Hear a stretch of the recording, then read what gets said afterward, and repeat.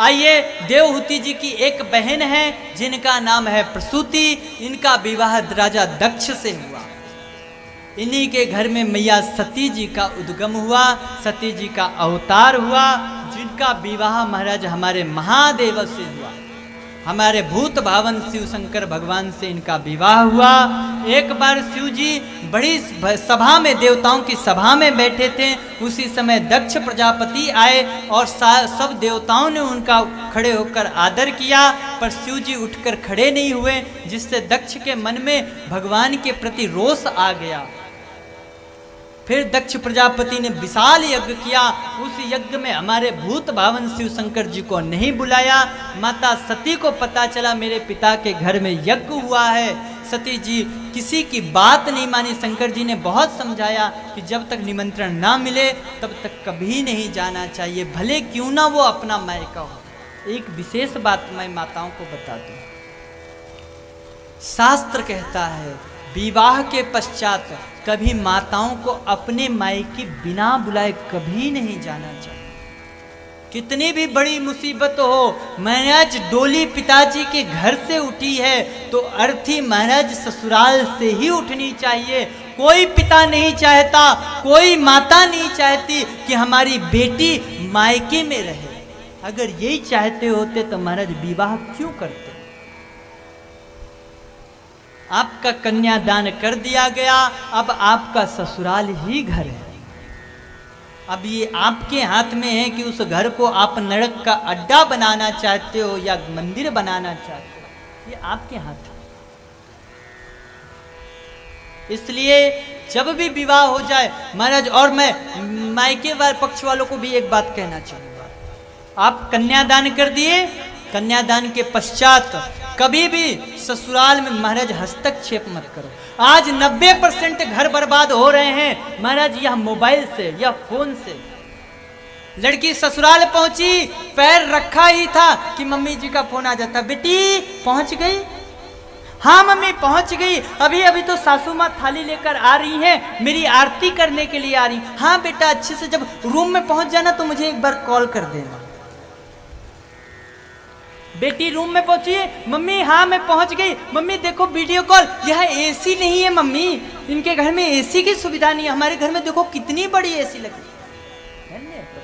जिस घर में तेरा ब्याह कर दिया गया वो तेरा है अपना, जिस घर से तू चली आई वो तेरा नहीं है अपना। पर माता पिता क्या, माँ महाराज बेटा ऐसा करना, बेटा वैसा करना, ये करना वो करना। महाराज जिस घर में ससुराल की आप सलाह लोगे ना वो घर बर्बाद हो जाएगा। जिस घर में जिस बेटी की माँ के महाराज हस्तक्षेप ज्यादा होगा वो घर ज्यादा दिन नहीं टिकेगा, तुरंत बर्बाद हो जाएगा। इसलिए माँ बाप को चाहिए, बेटी का आपने कन्यादान कर दिया, अगर आपको विश्वास नहीं था तो ऐसे घर में बेटी दिए ही क्यों। पहले ही देख लेते कि जिसको हम दान, महाराज हम गाय भी दान करते हैं तो ये देख के करते हैं कि भाई ये हमारी गाय को खिला पिला पाएगा कि नहीं, भूसा चारा दे पाएगा कि नहीं। हमारा बेटी देने जाते हो क्या आंख मूंद के देने जाते हो? क्या आपने पहले नहीं देखा था? पहले नहीं लड़के के घर जाके देखना चाहिए था? पहले नहीं पता करनी चाहिए थी कितनी सैलरी है? पहले नहीं पता करना चाहिए था कि एसी लगी है कि नहीं लगी, डल्लफ के गद्दे लगे हैं कि नहीं लगे? पहले कर लेना था। अब तुम शादी के बाद क्यों इधर उधर का काम कर रहे हो? अरे बेटी गई, उसके घर के उसका नियम क्या है, उसके ससुराल का नियम क्या है, उसकी सासू माँ है, उसके ससुर जी हैं, उसका पति देव है, क्या करते हैं क्या नहीं करते, तुम्हें क्या करना है। पर नहीं, बात बात पे रोका टक्का, इसलिए घर बर्बाद। तो इन सब चीजों का विशेष ध्यान दो। माता सती को भी शिव जी ने समझाया, पर मैया सती नहीं मानी। आई और आकर देखा कि मेरे पति का कहीं भाग नहीं है। तुरंत सती जी क्रोधित हो गई और उसी यज्ञ हवन कुंड में कूदकर अपने प्राणों को छोड़ देती हैं, उनका प्राणांत हो जाता है। भगवान शंकर को पता चला, तुरंत अपनी जटा उखाड़ी, जमीन पर पटका और महाराज उसमें से वीरभद्र प्रकट हुए और सबको महाराज वहां तहसा नहस कर पूरा यज्ञ महाराज विध्वंस करके और महाराज दक्ष प्रजापति की गर्दन काट कर महाराज पूरा यज्ञ वर्ग विध्वंस करके आ गए शंकर जी के पास। पर हमारे भोले बाबा बड़े सीधे साधे महाराज, आकर शंकर जी के पास नारद जी आए, थोड़ी सी बात समझाई, शंकर जी तुरंत मान गया, ठीक है भैया हम भी चलेंगे यज्ञ में। शंकर जी आए, सबको सुव्यवस्थित किया, यज्ञ में पधारे, सुंदर यज्ञ हुआ। आज सब देवता मन में विचार कर रहे हैं कि देखो भाई शंकर जी तो मान गए, हम सबको व्यवस्था भी कर दी, पर देखो शंकर जी का घर हमने बर्बाद कर दिया। अब बताओ शिव जी हमारे अकेले रह गए। तो यही जो माता सती है वही उमा रूप में मैना और हिमालय के घर में जन्म लेती। जैसे ही जन्म हुआ, कुछ बड़ी हुई, सोई नारद जी पहुंच गए। नारद जी ने उमा को बताया कि आप तो अम्बा परम्बा जगदम्बा हो।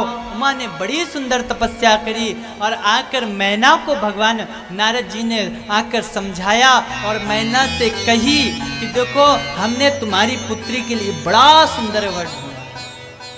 महाराज नारद जी, तो नारद जी से कौन जीत सकता है बात बनाने में। नारद जी ने वाह लंबे लंबे फेंकी महाराज। अरे वाह, लड़के की तो तुम आंखें देखोगे महाराज, देखते ही रह जाओगे।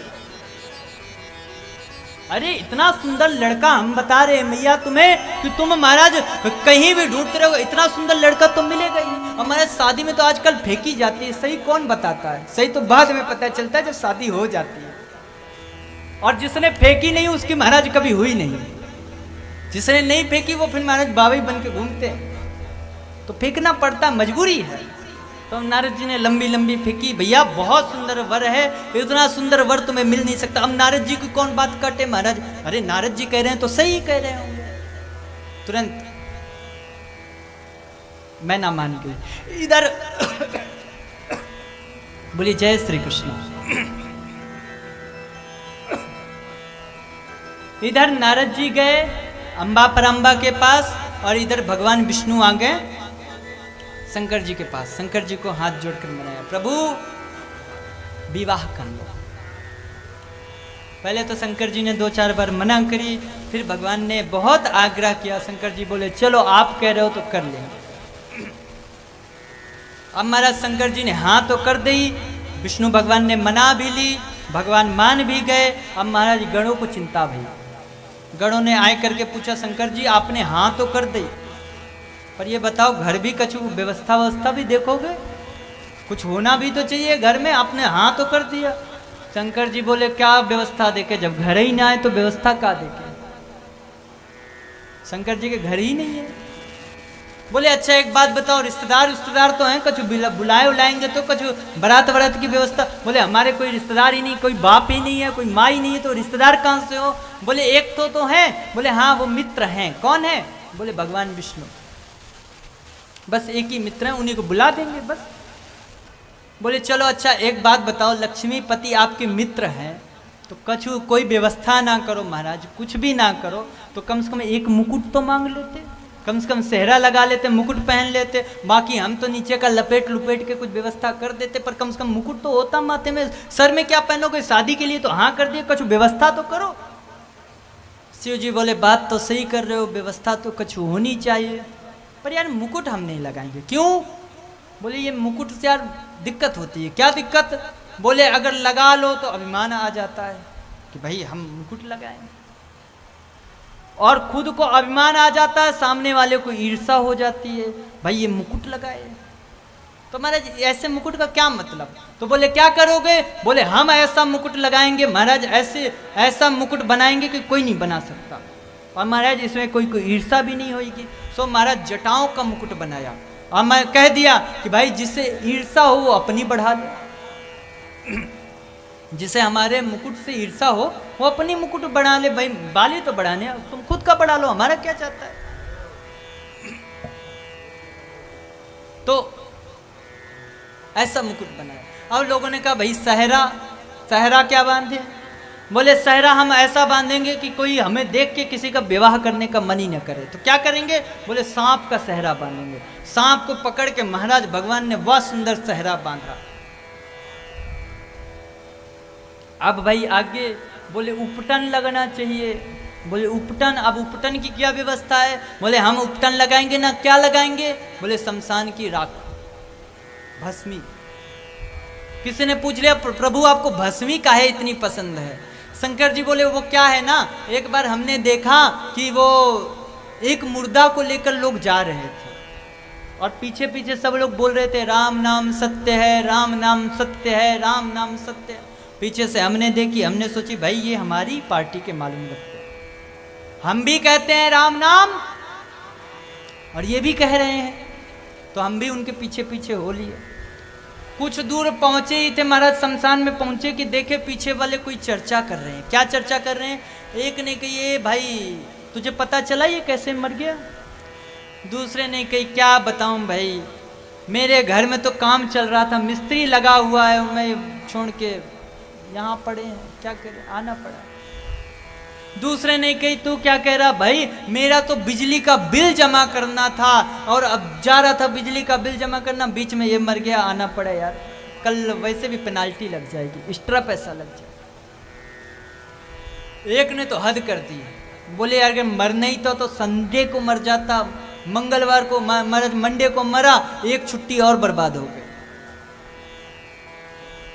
शंकर जी ने कहा भाई ये सब बेकार है, हम तो सोचे थे ये हमारी पार्टी के, पर ये हमारी पार्टी के नहीं है, हमारे लिए तो वही मुर्दा ही सही है, कम से कम उसकी वजह से कोई राम नाम सत्य है का बोला तो सही, राम का नाम तो लिया।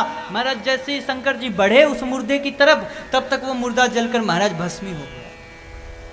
शंकर जी ने कहा कोई बात नहीं, तुम जल गए हो, हम तुम्हारी भस्मी ही लगा लेते हैं। सो भगवान वही भस्मी को उलेड़ उलेड़ के अपने ऊपर लगाने लगे। तब से हमारे शिव जी को भस्मी बहुत प्रिय है। तो भगवान शंकर जी ने कहा कि हमारा भी उपटन लगेगा, पर हम उपटन क्या लगाएंगे? भस्मी का लगाएंगे। सोई महाराज भस्मी का उपटन लगाने लगे। बोली जय श्री कृष्ण। भस्मी का अब उपटन भी हो गया। अब महाराज वस्त्र क्या पहनेंगे? शंकर जी ने कहा वो है ना अपना बाघांबर, वही लपेटेंगे। बोले क्या प्रभु बाघांबर पहन के जाओगे? बोले और क्या, जिसके पास जो होगा वही तो पहनेगा। भगवान ने महाराज शंकर जी बाघांबर को लपेट लिया। अब महाराज बाघांबर को ऐसे पकड़े पकड़े थोड़ी चलेंगे। सोई महाराज शंकर जी ने सांप से सर्प को पकड़ा और सर्प का महाराज फेटा बांधकर उस बाघांबर को बांध लिया।